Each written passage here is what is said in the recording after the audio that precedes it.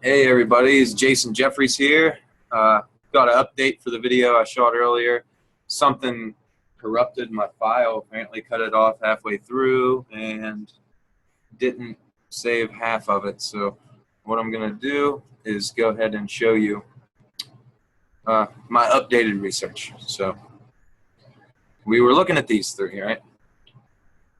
Cascadia subduction zone, 1700, magnitude 9.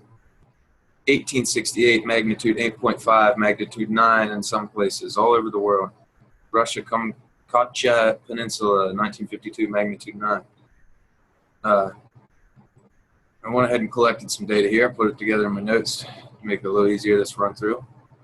So we had these, but 84 years later, I couldn't find any magnitude 8 or above earthquakes, but I did find a series of tsunamis in Italy. The next 84-year cycle, it shows that we had the 1868 one. That's another 84 years. So we go ahead and just kind of do like a little image of what was going on there. So those were the basic alignments of what was going on those times in order, in the dates. Okay, so go ahead, show you an example. First one is 126, like I said.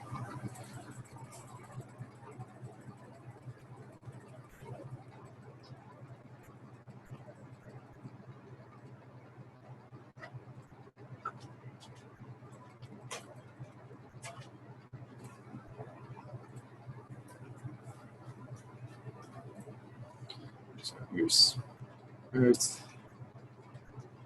There's Uranus, there's Orion. Okay. For the hell of it, we go to this view. Around here. Okay. So there's Uranus, and there's that. We're talking about right around here, I'm guessing, right above Procyon, to the left of Orion here, above Sirius. Okay. Just again, the alignment. There's Orion, there's the west of Orion, there's Uranus, there's Earth. Let's go back to the notes. 1784, 109. Okay.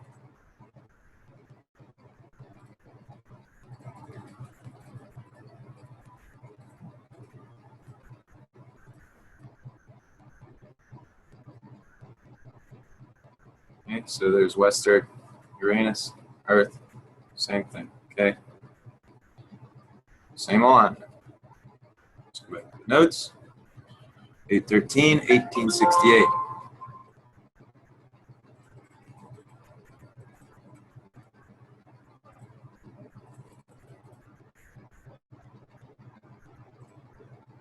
Okay, so this time we have Venus, Uranus in Western Orion, all lined up, okay?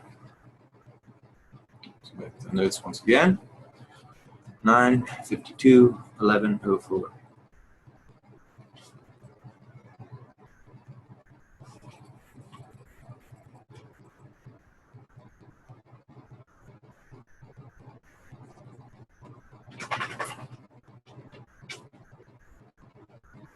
Okay.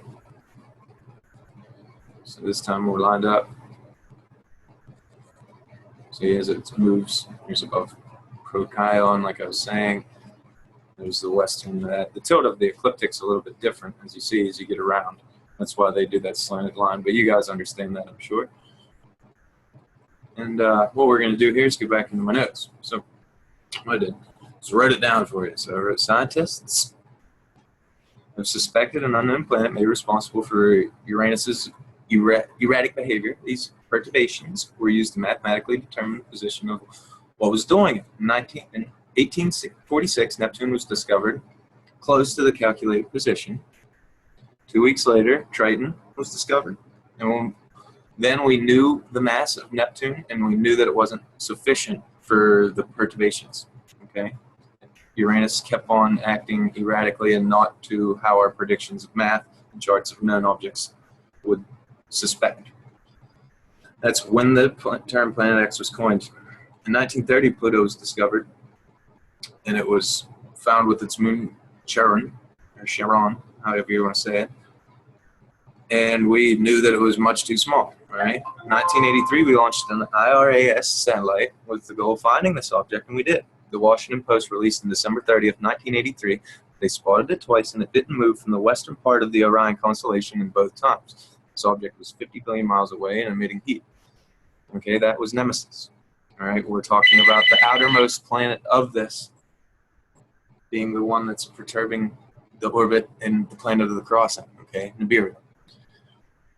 If we look at the supposed leaked image from Nibiru shock from the South Pole Observatory, okay, we can look at this, see the coordinates, see they match what we're talking about, okay? That was the supposed leaked footage. Now, this site was hijacked, they took over and actually spread misinformation. You can look this up on the deep web and actually follow the trail and actually see where this guy was pronouncing this on different threads. Wanted to make sure he had a sufficient audience before he did it again, because it was a lot of time, energy, and he didn't want to, have to go through all the trouble of just being told, it's a scam or whatever. So you go ahead and look at the Google Sky images, and yeah, that's what they showed us. So you guys can speculate and say it's fake, whatever you want, but that's the same exact coordinates. And that, to me, looks like a cover-up, okay? So, yeah, just more data to the pile, and I wanted people to kind of cooperate and correlate this with their own work and see if they could find any other alignments of this. So you guys can help me for this search here. We're going to go back. All right, and I'll give you an example. We're going to do, or focus on Neptune, I suppose. Bring Neptune around.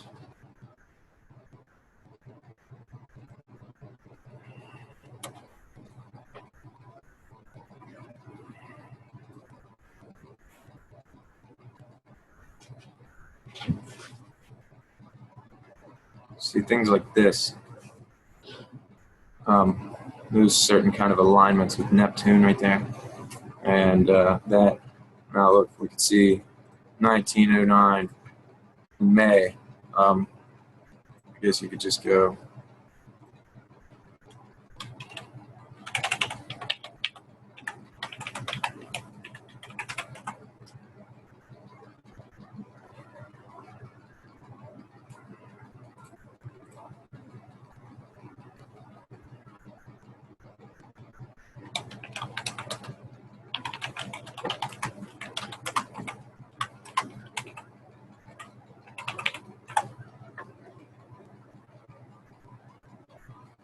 So there you go. You look and see that that was the largest earthquake of that magnitude in some people's areas. So there we go. We just found more corroborating data, just like that. Okay. You see that this was the strongest earthquake to ever happen in those areas. Okay. Something to think about. Just, it's easy to do. All right. Now, if you want another lesson, I guess we could see if we can strike gold twice here. Probably not. The record's going to look like, if we want to get there again.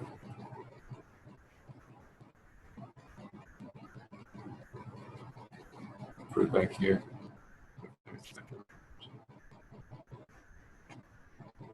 Right here. May 1739. We'll search that.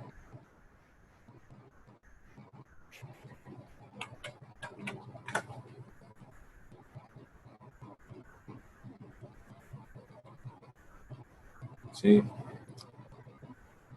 Large Chilean earthquakes. Okay? Now you're seeing the pattern. It extended from September 22nd to August 20th. If you look at the date, 9/23. I think we got a year till we see our sign in the sky. A one-time sign in the sky from human history. And yeah, from about 7 or 8 different astronomical alignments. some of them which only happen every 300, 400, 500 years. Some happen in 80-year intervals. Some happen in much, much more. So personally, I've looked, thousands of years in the past, thousands of years in the future. This does not happen, hasn't happened. So yeah, something to think about. Hope you guys enjoy.